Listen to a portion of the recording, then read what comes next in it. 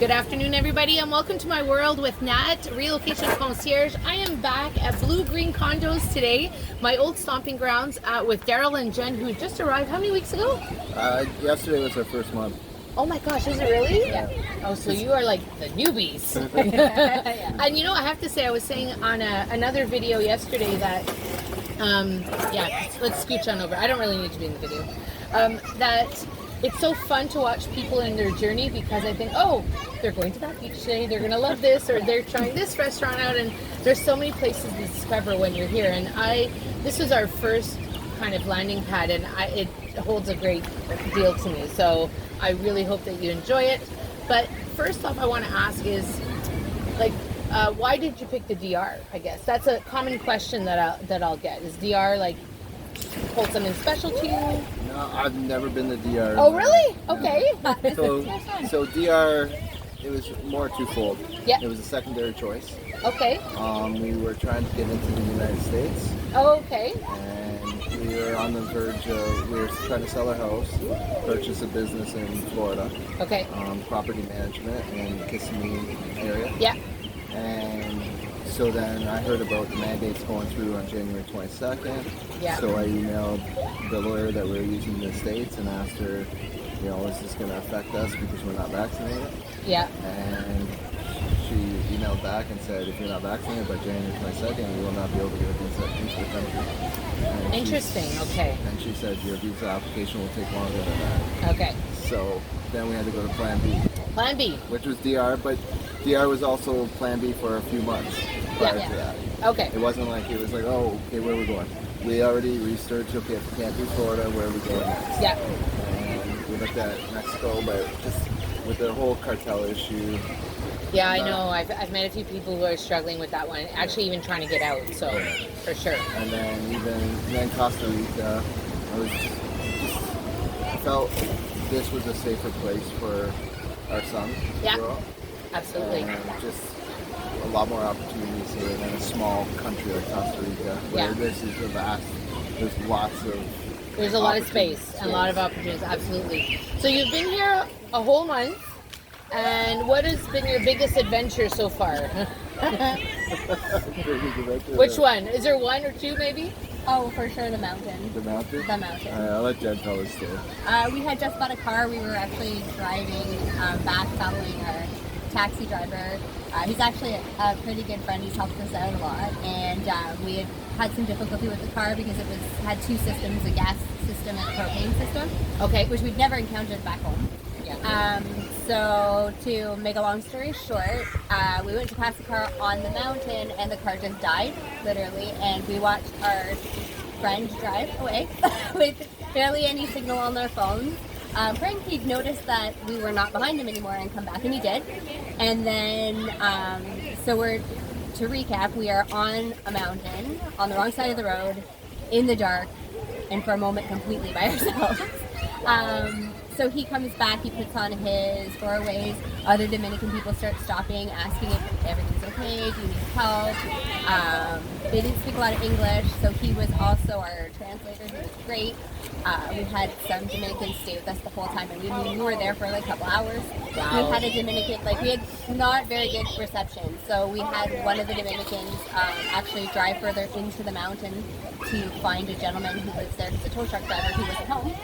So our taxi driver just ended up walking up the mountain further and getting into contact with a tow truck driver there, and then we waited, and the people were just amazing. They wanted to help. They were all like talking about what's going on. Darryl and I are just like... And so, I guess after our first month, I got very sick when I was here, and my husband's like, do you want to go home now? Did you want to go home after that, or were you still like, we're good? It was a really long day, because going to Santo Domingo is almost 4 hours each way. And so I was exhausted. I kind of wanted to cry a little bit, but I just held it together. And then by the time we got home a few hours later, had a good sleep, woke up, and we were able to joke around about it, because stuff like that happens at home all the time. It's 100%. Just how there's it's snow. Differently. No, your car's going to break down. Things are going to happen like that back home. So we were able to just joke around about it after. Good for you. And the kicker was we removed the propane system. left it just gas, so we don't have that issue We're good anymore. now. We're And good. that's it. That was That's it. $220. US. Tow truck, propane And plus system, an oil change. plus an oil change, $220. Get out of Canada. Well, we just experienced a flat. We had a flat 2 days in a row last week, and so my husband took it down, filled it up, took it down, and the guy said, "I'll fill the plug, fill the hole for $4, or I'll give you a new tire for $50, all in, no labor or anything, just $50." And my husband was a no-brainer. My husband's like, "Just give me a new tire." And it's a rental. We don't own it, so we're just going to deduct it from the rental price when we go around the next time. But it's amazing how things are a little bit. There are things that are a little bit more affordable here than not everything. So that was your big intro to the Dominican, and so that's a big one. I have to say, I think you've probably topped a lot of people who've arrived, who've encountered, and we all encounter those moments, right? Are there any ones that you've been like just like glorious, like, oh my God, this is amazing, besides the bill for $220? Just like checking out new things. Like we've been to a few beaches. We've been to Playa Sosua. We've been to Playa Alicia. Obviously Playa Laguna. Yes. I was swimming in that ocean the other day, and the waves were pretty strong here. Here you have to be mindful sometimes. Yeah. Absolutely. They took me for a few rides. Yes. It was fun though. It was fun. No, It was intense. I get it. It was also intense when you got a wave crashing you and shooting you 20 feet. Yeah, here we, like, this is a good day, I would say. Yeah, this is a good day. Yeah, today's a good day, but there are days that are not as good. Yeah. Absolutely. That was a day where some of the waves were coming in, crashing over my head. And I was standing through most of them, but there was a few that just were too powerful and shot me into the beach. I feel like we've had a lot of days where we're like, oh my gosh, we live here. Like, this is every day now. Like, And I've been here 11 months, and there are days that I walk up my stairs to the villa where we are now, and I think, this feels a little surreal. Like, it still feels a little like, oh, I'm here. I'm not, my mother-in-law joked the other day and said, can you come shovel snow? I'm like, well, sorry, it's not going to happen. But it's that feeling of, and I love that it's still a novelty, because that means I still have more to discover and more to see. So there are people watching these videos and they want to connect. They want to find out, like, what are the things that you guys did or steps that you took to get here, or recommendations that you might have that will make it a little bit easier for them, because it's not this is a big shift. And I had somebody reach out to me last week and share, my husband's having a hard day, my son doesn't want to go to school, and I know, but you decided to make this big change. What are some of the things maybe you can recommend? So, for both of us, I would say it was very emotional. Like, it was not an easy decision to say, okay, you know what, so much things are going wrong in Canada right now, and we just, honestly, part of us didn't feel safe with where it was going, the rhetoric was going, with, the Prime Minister and his talk about how we're evil with this.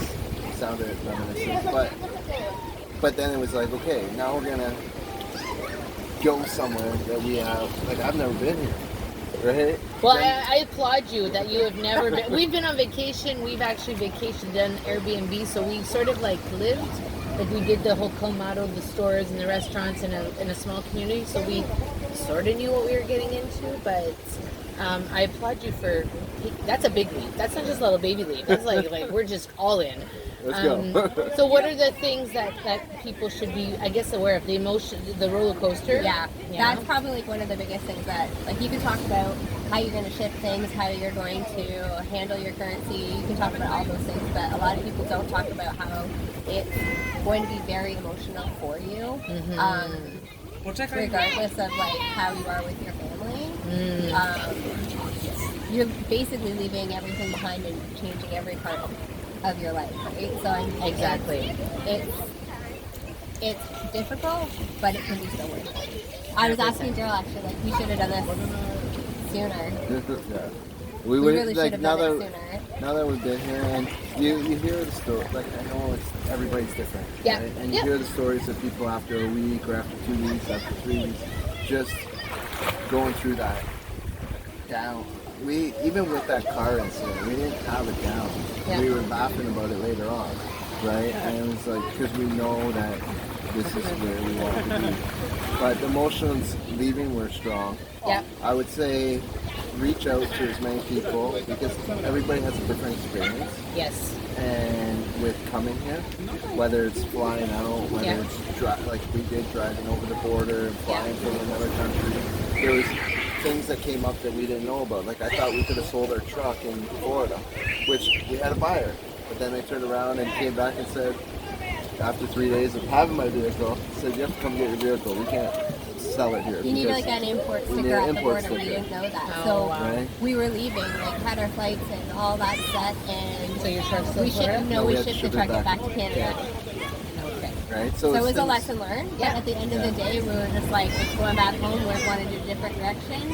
We have people who can take care of it. And I think you just used a really important word, lesson. So there's so many lessons to learn, so many things. And I think when you come in with that mindset, it just changes the whole perspective of what you are going to experience. So you have a son who's here with you as well. Yeah. How's that going? Like, he's loving it. Loving it? Yeah. We've met a lot of people in this really great community, and that's another thing I really wanted to mention to people is that we know that the community here of Canadians is strong. Yeah. And you get that sense back home, but it's not actually until you're here that you realize how gigantic it is, and how, like, really you could ask for help from any of us, any questions answered, and it's a paid forward kind of system that goes on, and it probably would have made me a lot more relaxed had I known really how big it was here back home. Interesting. That's a really good observation. I think that I know for us, we came and we didn't know anybody. We literally came with 6 suitcases and 3 carry-ons and backpacks, and that was it. And we landed here, and I mean, we made friends here. We have people here that we're still friends with. But it was very rewarding to meet everybody that's arriving, meet everybody and hear their stories and get to share them because everybody has a different story. And I think the biggest part is, like I've said to people, is like, do you, right? Everybody has to do their own because we're all living a different experience. And at the end of the day, you want your experience to be genuine to who you are and how that works. And people will take what they need to take from each piece. That's what I tell my speaking clients, like, take what you need and move on. So what other tips can we offer our people that are thinking of coming down? Like I was saying, just no questions is a good question. Yes, absolutely. Ask if you have to ask 10 people to get the answer. Ask 10 people that are down here. Yeah. Because, like Natalie was saying, everybody's experience is different, and you might not get the same answer from different people, but you might get the answer that you're looking for from a particular person. Absolutely. So, just any issue, like any questions you have in regards to travel, what I should bring. Yes. Because some things are more expensive here than back home. So, like we learned peanut today. Butter. If I'd known, you should have brought me peanut butter. Shaving cream. Shaving cream is not easy to find either. $6 for a can today. Yeah. US. Peanut butter and almond butter, those things that we have to do the Costco run for those ones. Yeah, definitely.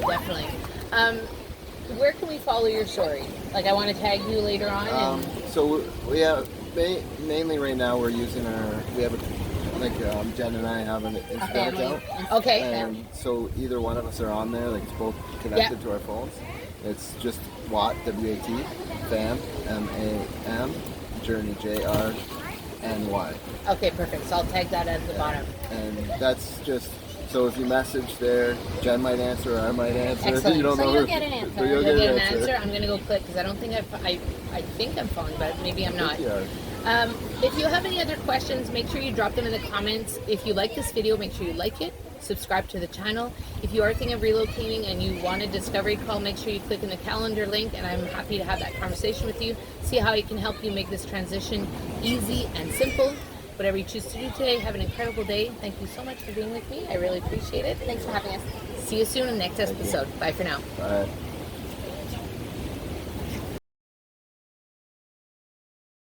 Yeah. And then I was working full-time, also in school part-time. It just felt like we were constantly go, like never really having that family time, right? And with coming here, we wanted to change our mentality, right? Family first, work is still important, but it's not going to take over our lives. And I feel like we've been able to do that successfully so far with finding, like, working on getting our employment situations sorted out, but having that piece to be with family is so important. And I think that's one thing that COVID made us realize is that there's not always time for later, right? Like, Yeah, it's now. the now. It's now. So, We have to be in the now, absolutely. And I concur with all of that, because I know that even though our daughter goes to school, there's something great when she comes home. Like, there's just this shift that happens in our household, the energy, and you know, we want to hang out. You know, it's a more less go. Absolutely, my husband used to work 12-hour days, so absolutely. Okay,